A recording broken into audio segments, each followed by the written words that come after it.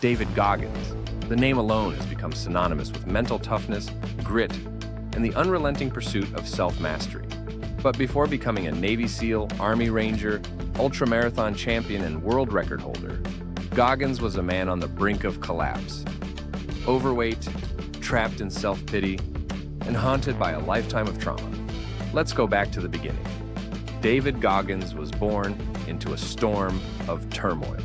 Raised in an abusive household, he faced violence from his father and relentless racism in a society that seemed intent on keeping him down.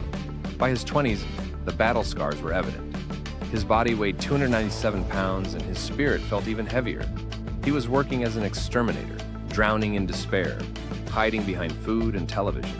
"I was at rock bottom," he later confessed. For Goggins, the idea of success felt like a distant illusion. But one night, sitting on his couch in a haze of self-loathing, he saw a documentary on Navy SEALs. A powerful thought struck him. These men embodied everything he wasn't.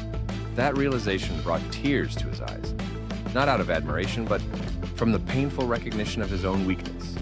And in that moment, something ignited. He decided to wage war, not against the world, but against the limits he had placed on himself. This decision sparked the first battle, losing 106 pounds in just 3 months. The odds, impossible for most. For Goggins, it was survival.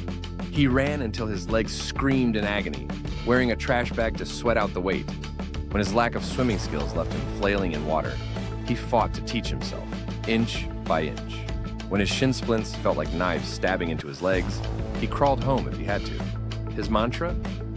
The 40% rule, the belief that when your mind says you're done, you've only hit 40% of your capacity. It worked. From a broken man to a SEAL candidate, his physical transformation mirrored the strength he was building within. But the true test came during SEAL training's infamous Hell Week, a grueling endurance trial designed to break even the strongest. Goggins failed, twice. Pneumonia, stress fractures, his body gave out. Most would quit. He didn't. Instead, he built what he called the cookie jar, a mental bank full of his victories to remind him he had already overcome mountains. Pain stopped being an enemy and became a teacher.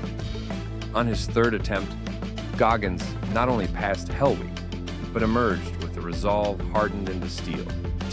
When SEAL life wasn't enough, Goggins found new mountains to climb. Ultramarathons, pull-up world records. He sought the impossible, not to prove himself to others, but to excavate his own potential. Kidney failure couldn't stop him. Friction burns and torn muscles. He ran through them and finished. And every challenge, he said, was a way to exercise the weakest parts of my soul. Goggins' transformation wasn't just physical endurance. It was mental revolution. He stared down every failure, every insult, and said, "I own this." Through his accountability mirror, where he scrawled his insecurities and stared them down daily, he eliminated excuses. Through embracing discomfort as his ally, he stopped running from pain and ran into it instead. Today, David Goggins isn't just an athlete or a motivational speaker. He's proof of a universal truth. Transformation starts when you stop lying to yourself. Life will break you, but Goggins teaches us to break back. When your legs give out, when your spirit feels crushed, when the world says, quit, there's always more within you. And it starts with one question. How bad do you want it?